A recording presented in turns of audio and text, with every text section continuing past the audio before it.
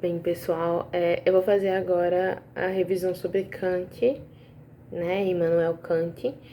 Eu não sei se vai ficar com delay, na minha gravação aqui tá com um delayzinho, mas enfim, vamos ver como é que vai ficar. Vamos ter Immanuel Kant, tá certo? Ele nasceu na antiga Prússia, certo? E justamente ele vai ser um filósofo que vai estar passando por um momento onde se tinha duas correntes de pensamento. Temos a corrente de pensamento empirista, ou o empirismo, e a corrente científica ou racionalista. E, primeiramente, vamos explicar o empirismo, né? O empirismo é uma corrente de pensamento que diz que o conhecimento que você tem antes de você ir para uma instituição é o único conhecimento válido.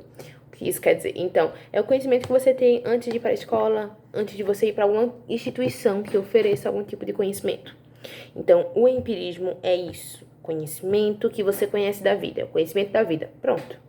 Definido em uma frase. Conhecimento da vida. Esse conhecimento da vida é único, que ele é datado como se fosse uma verdade. Temos o conhecimento racionalista ou o científico.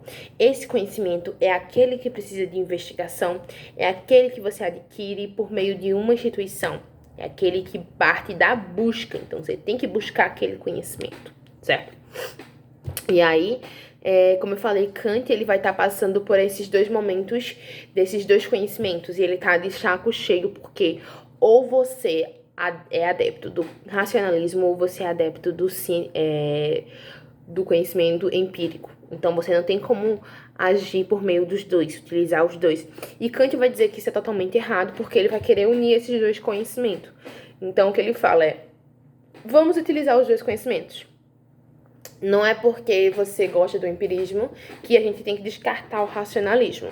Então, vamos utilizar todos os conhecimentos como válidos. Só que um ponto de destaque é que Kant fala: tem conhecimentos, tem dúvidas que não precisa de investigação. Porque vamos supor, por exemplo, qual é o intuito da igreja investigar Deus? Isso não é uma dúvida válida. No caso, isso não seria uma dúvida que cabe à investigação. Então, aí é que tá. Por isso que Kant fala que nem toda dúvida precisa ser investigada. E ele vai partir inicialmente de uma teoria de três juízos, certo? Então, os três juízos, eita, quase que não sai, de Kant é o analítico, tá?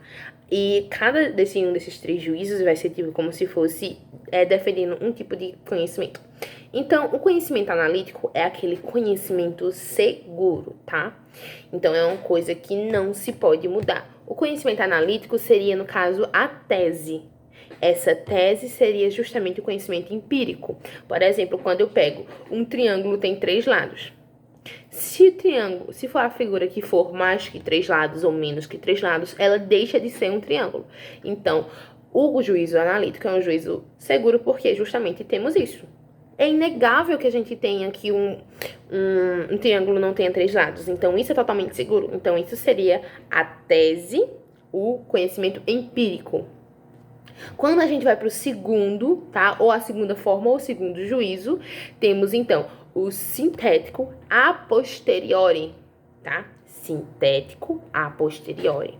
Esse sintético a posteriori é um conhecimento que ele não é tão seguro, certo? Então aí a gente vai pegar o exemplo de ser uma antitese, certo? Ou uma antítese.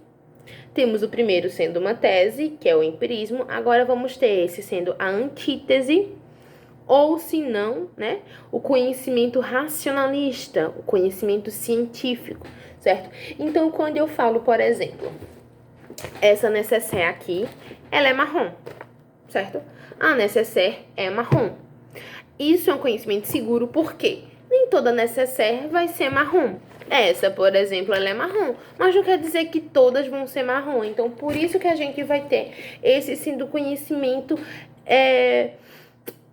inseguro, porque nem todas vão ser marrom.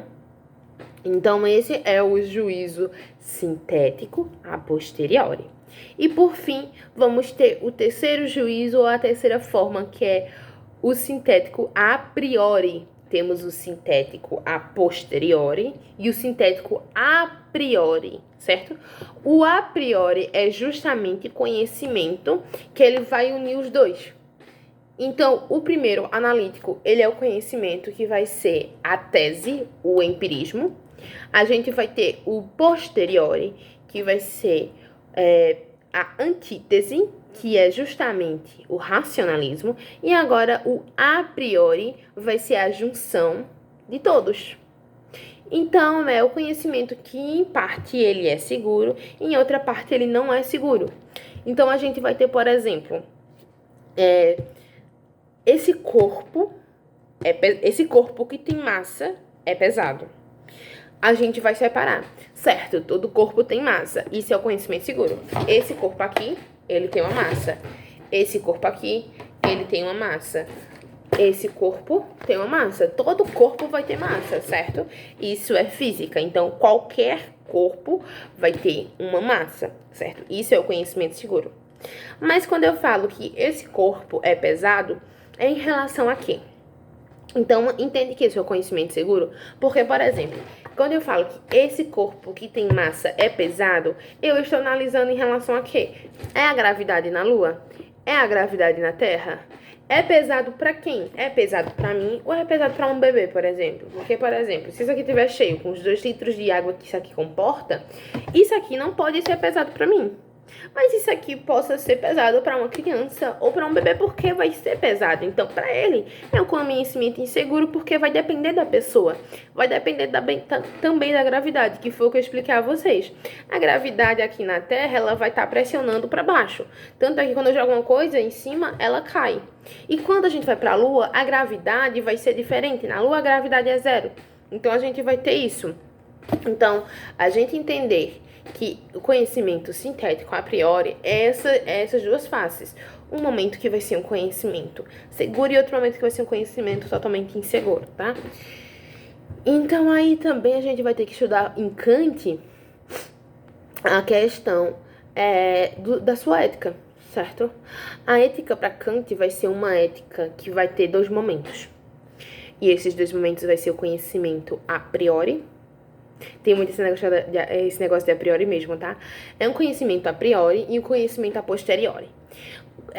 Como o próprio nome diz, é a priori, quer dizer que é antes. Então, justamente a ética para Kant, que é a priori, é uma ética onde você não vai ter conhecimento prévio e você vai se basear em experiências que você já possui sem ser sobre aquilo.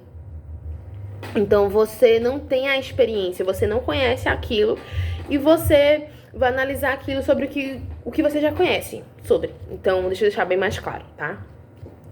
Você pega um livro, certo? Eu não tô com um livro aqui, mas, por exemplo, você pega um livro qualquer, só um momentinho, tá? Pronto, peguei um livro pra deixar um exemplo mais claro. Então, por exemplo, você tem esse livro, certo?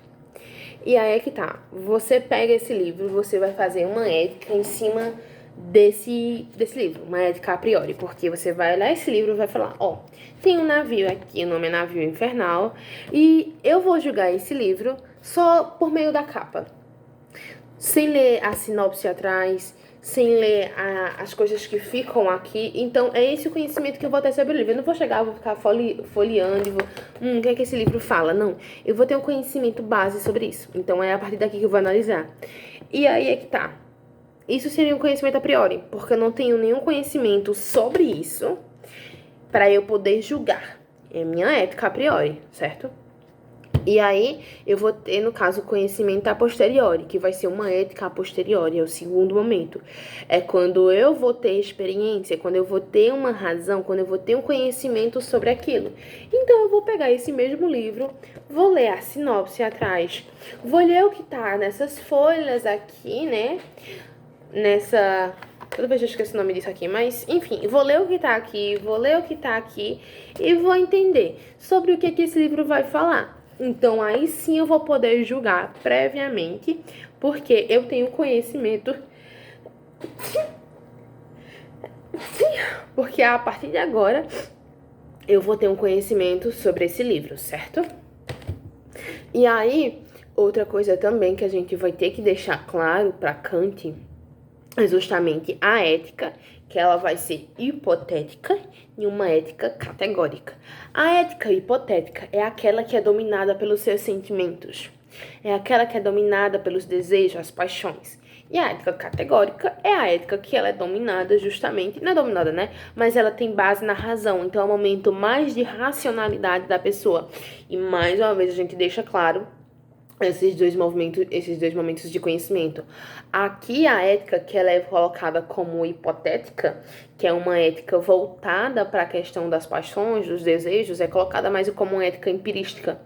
E quando a gente coloca como a ética categórica, sendo a ética da razão, é justamente aquela que vai ter a ética científica, como se fosse o cientificismo, o racionalismo, porque ela vai ter a razão. Então, aí, justamente, a ética hipotética, a gente, por exemplo, quando você vai comprar uma coisa que você queria muito, por exemplo, você tá lá esperando para comprar uma maquiagem e aquela maquiagem tá super cara. Aí, agora que é final de ano, eles fizeram uma promoção para aumentar as vendas e vender cada vez mais. Então, essa promoção, você foi lá e comprou. Só que aquele dinheiro que você comprou e gastou faria falta. No caso, vai fazer falta. Mas você foi levado a seus desejos. Então, você tomou uma ética hipotética.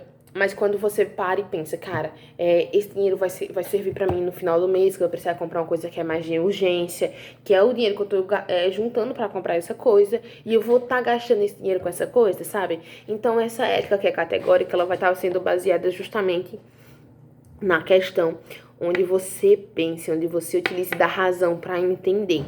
Então, sempre quando a gente for parar pra pensar, a ética de Kant, ela é ligada a quê? Ela é ligada à razão. Para Kant, então, a gente vai ter éticas de razão. Vai ter um momento antes da gente adquirir a razão e um momento depois que a gente adquire a razão. Então, para Kant, a gente tem isso. Temos as teorias dos três juízos e temos a ética kantiana, certo? Os momentos da ética de Kant, tá? Sendo ligadas ao momento a priori, momento a posteriori.